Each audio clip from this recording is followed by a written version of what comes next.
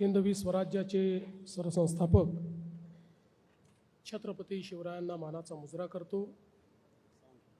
भारतीय राज्यघटनेचे शिल्पकार भारतरत्न डॉक्टर बाबासाहेब आंबेडकर यांना मानवंदना अर्पित करतो। आपल्या सर्वांचे लाडके नेते या पिंपरी चिंचवड शहरातील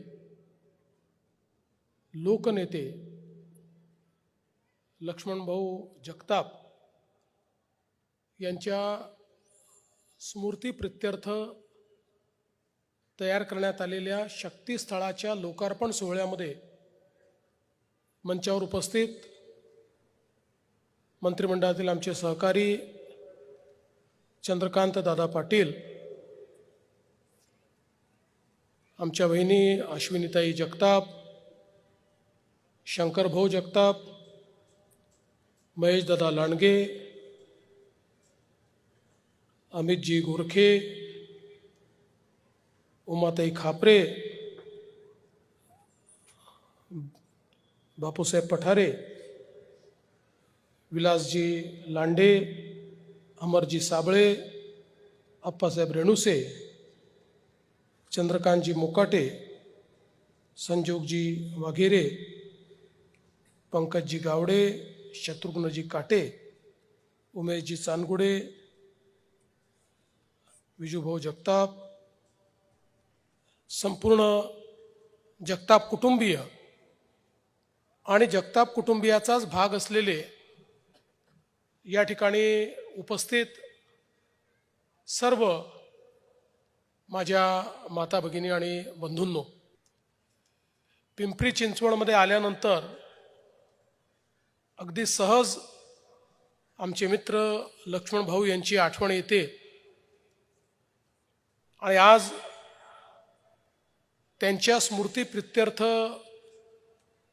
तयार करण्यात आलेल्या शक्तीस्थळाला भेट दिली आणि त्या ठिकाणी त्यांच्या ज्या विविध आठवणी आहेत त्या आठवणींना बघितल्यानंतर माझ्याही मनामध्ये अनेक आठवणींना उजाळा मिळाला। आपण सर्व लोक जाणतो की जमिनीतून मातीतून तयार झालेलं हे नेतृत्व होतं। कुठल्याही प्रकारे खूप मोठा राजकीय वारसा हा पाठीशी नसताना स्वतःच्या भरोशावर एवढं मोठं नेतृत्व हे लक्ष्मणभाऊंनी उभं केलं। आणि जसं आपण बघितलं की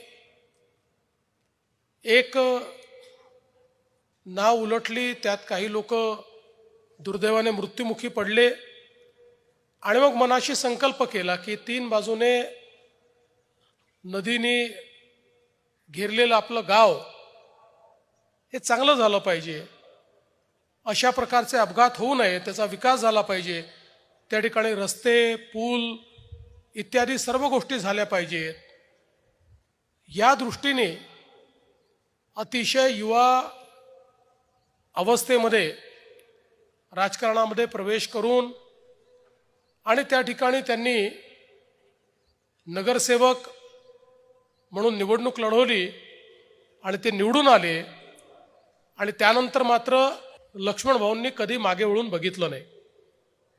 सातत्याने महानगरपालिकेमध्ये नगरसेवक, स्थायी समिती अध्यक्ष, महापौर या पिंपरी चिंचवड शहराला एक चेहरा देण्याचं काम, या शहराला विकासाकडे नेण्याचं काम आणि इथल्या सामान्य माणसाच्या जीवनामध्ये परिवर्तन घडवण्याचं काम हे लक्ष्मणभाऊंनी केलं।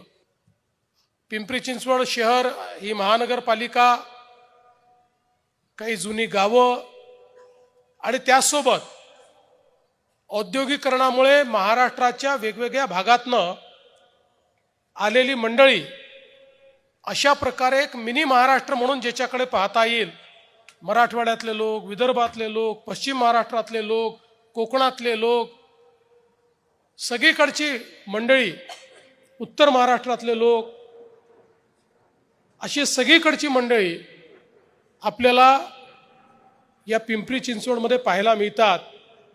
या सर्वांचा विश्वास हा संपादन करण्याचं काम लक्ष्मण भाऊंनी त्या ठिकाणी केलं. आणि म्हणूनच महानगरपालिकेतली त्यांची कारकीर्द आणि या शहराच्या विकासामध्ये त्यांनी दिलेलं योगदान हे कोणी विसरू शकत नाही. अशा पद्धतीचं त्यांचं योगदान राहिलं.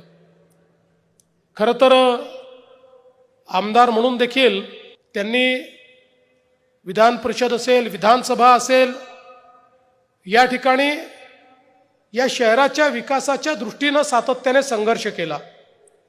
आणि आज या शहराचं जे आधुनिक रूप आपल्याला पाहायला मिळतंय त्यामध्ये लक्ष्मण भाऊंचं एक फार मोठं कॉन्ट्रीब्युशन या ठिकाणी आहे. विशेषतः 2014 नंतर लक्ष्मण भाऊ असतील, महेश दादा असतील, आणि मग इथली महानगरपालिका आल्यानंतर राज्य सरकार, महानगरपालिका यांच्या माध्यमातून लक्ष्मण भाऊंच्या नेतृत्वात खूप मोठ्या प्रमाणात या शहराचा चेहरा आपण बदलला.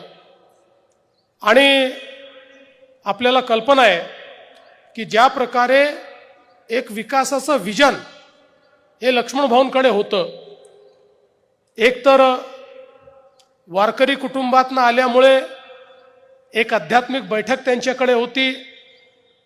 या मातीशी नाळ जुडलेली असल्यामुळे सामान्य माणसाच्या अडचणी काय आहेत, व्यथा काय आहेत याची जाणीव त्यांना होती. मातीतले पैलवान असल्यामुळे त्यांना त्या संदर्भातली जाणीव होती.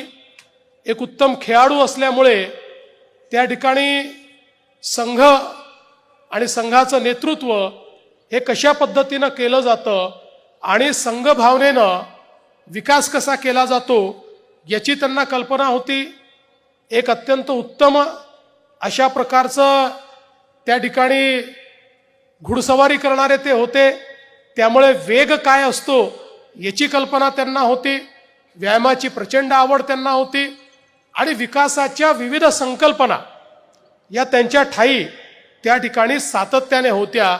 या सगळ्यांचं एकत्रितपणे मिश्रण आणि त्याचा आविष्कार म्हणजे या पिंपरी चिंचवड शहराचा जो काही विकास आहे तो विकास आपल्याला त्या माध्यमातून पाहायला मिळतो. आणि म्हणूनच त्यांच्या नेतृत्वात इथे झालेले रस्ते असतील, उड्डाणपुलं असतील, मेट्रोचं काम असेल, इंद्रायणी नदीचा सुधारणेचं काम असेल, आज खरं म्हणजे मी जर सांगायला लागलो तर किमान मी 50 कामं अशी सांगू शकतो की जी गेल्या 10 वर्षामध्ये या शहराचा चेहरा बदलवणारी आणि या शहरातल्या सामान्य माणसाच्या जीवनात परिवर्तन करणारी अशा पद्धतीनं त्यांच्या नेतृत्वामध्ये आम्ही सुरू केली. त्यातली अनेक कामं पूर्ण केली. वेगवेगळी कामं वेगवेगळ्या टप्प्यावर या ठिकाणी आहेत.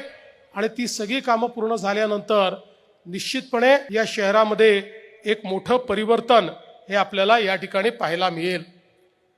आपल्या सगळ्यांना लक्षात आहे आणि मी तर तो दिवस कधीच विसरू शकत नाही की अतिशय अटीतटीचं अशा प्रकारची आमची निवडणूक होती. खरं तर त्या निवडणुकीनेच सत्ता बदलाची मुहूर्तमेढ केली. अशा प्रकारच्या विधान परिषदेच्या निवडणुकीमध्ये मी ज्यावेळी बहिणींना आणि शंकरभाऊंना फोन केला आणि मी त्यांना सांगितलं की मताची आवश्यकता तर आहे पण मतापेक्षा भाऊंचा जीव महत्त्वाचा आहे, त्यामुळे तुम्ही निर्णय घ्या. आणण्यासारखी परिस्थिती असेल, डॉक्टर होकार देतील तरच तुम्ही आणा, अन्यथा तुम्ही आणलं नाही तरी हरकत नाही. पण त्या ठिकाणी लक्ष्मण भाऊनी मात्र अतिशय स्पष्टपणे सांगितलं की माझ्या पक्षाला आवश्यकता आहे, त्यामुळे काही झालं तरी मी जाईनच. आणि त्या ठिकाणी PPE किट घालून आणि कार्डियक ॲम्ब्युलन्समध्ये लक्ष्मण भाऊ त्या ठिकाणी आले आणि मतदान केलं. आणि मतदान केल्यानंतर त्या ठिकाणी मला असं म्हणाले, मी तेव्हा विरोधी पक्षाचा नेता होतो, की मुख्यमंत्री साहेब तुम्हाला मुख्यमंत्री पाहण्याकरता या ठिकाणी मी आलो. आणि त्यानंतर 15-20 दिवसांमध्ये महाराष्ट्रामध्ये आपण सत्ता बदल केला आणि या निवडणुकीमध्ये त्यांचं ते स्वप्न देखील पूर्ण झालं. कदाचित मला असं वाटतं की काळाच्या पलीकडचं पाहण्याची ती त्यांची सवय होती. त्या सवयीमुळे अनायास त्यांच्या तोंडून निघालं की तुम्हाला मुख्यमंत्री पाहायचं आहे, तुम्ही माझे मुख्यमंत्री तुम्हीच आहात. आणि काही दिवसांनी ते निश्चितपणे खरं झालं. पण आज अशा प्रकारचा आमचा एक मित्र की ज्यांच्या मनामध्ये एक अत्यंत प्रेम होतं, ज्यांचा एक भक्कम पाठिंबा आमच्या पाठीशी होता, ते आपल्यातनं अचानक निघून गेले. खरं तर ते लढवय्ये असल्यामुळे त्यांनी दुर्धर रोगाशी देखील अतिशय मोठी त्या ठिकाणी लढाई दिली. आणि आम्हाला हे माहिती होतं की अनेक विपरीत लढायांमध्ये लक्ष्मणभाऊ नेहमी विजयी व्हायचे. किती विपरीत परिस्थिती आली तरी त्यांचा पराजय न होता ते विजयी व्हायचे. त्यामुळे आम्हाला हा विश्वास होता की याही आव्हानाचा सामना करून भाऊ निश्चितपणे विजयी होतील. पण दुर्दैवाने या एका सामन्यामध्ये मात्र ईश्वराने काही यश दिलं नाही आणि त्या ठिकाणी भाऊ आपल्यातनं निघून गेले. पण जसं मगाशी सांगितलं की कार्यरूपी भाऊ आज आपल्यामध्ये आहेत. आज ज्या प्रकारे या भागामध्ये 41 किलोमीटरची मेट्रो आपण तयार करतो, हे भाऊंचं कार्य आणि त्यांचं स्वप्न आज या ठिकाणी आपल्याला पाहायला मिळतं. या ठिकाणी पहिल्यांदा आपल्या या महानगरपालिकेतनं कचऱ्यापासून विद्युत निर्मिती केली. ही आधुनिकता या ठिकाणी आणणारे आमचे भाऊ, किंवा आज इंद्रायणी नदीचं जे काही कार्य आपलं चाललेलं आहे, 24/7चं कार्य जे आपलं चाललेलं आहे, वेगवेगळ्या ठिकाणी पिण्याच्या पाण्याच्या ज्या योजना आपण तयार केलेल्या आहेत, अमृतमधनं या ठिकाणी त्यांच्याच संकल्पनेतनं ज्या प्रकारे सामान्य माणसाच्या घरापर्यंत 24/7 पाणी पोचलं पाहिजे या दृष्टीनं करण्यात आलेलं काम आहे. या सगळ्या गोष्टी या चिरकाल भाऊंच्या कार्याची आठवण या आपल्याला देत राहतील. आणि मला विश्वास आहे की ज्या पद्धतीनं हे कार्य त्यांनी सुरू केलं ते कार्य पूर्ण करण्याकरता खरं म्हणजे भाऊंच्या नंतर अश्विनीताईंनी काही काळ अतिशय चांगल्या पद्धतीनं, अतिशय समर्थपणे आणि ज्या प्रकारे भाऊंना अपेक्षित होतं त्याच प्रकारे या ठिकाणी मतदारसंघाचं नेतृत्व केलं. आणि या शंकर भाऊ त्याच पद्धतीनं ते नेतृत्व करतायत. मी त्यांना दोघांनाही हे आश्वस्त करतो की भाऊंनी पाहिलेली जी स्वप्न आहेत ती स्वप्न पूर्ण करणं ही आमची जबाबदारी आहे. आणि म्हणून चंद्रकांत दादा असतील, मी असेल, जोपर्यंत भाऊंनी तयार केलेला पिंपरी चिंचवडचा आराखडा हा आम्ही पूर्ण करत नाही, त्यांच्या स्वप्नातलं शहर जोपर्यंत आम्ही अस्तित्वात आणत नाही, तोपर्यंत तुमच्यासोबत सातत्याने आम्ही काम करतच राहू. आणि महेश दादा असतील, आमच्या ताई असेल, अमित भाऊ गोरखे असतील, हे सगळे आमच्या सोबत या ठिकाणी लक्ष्मण भाऊंचं स्वप्न पूर्ण करण्याचा प्रयत्न करतील. आज एक अतिशय सुंदर अशा पुस्तकाचं देखील आपण या ठिकाणी प्रकाशन केलेलं आहे, लक्ष्मण पर्व, ज्यामध्ये लक्ष्मण भाऊंच्या विविध पैलूंचं दर्शन आपल्याला पाहायला मिळतं.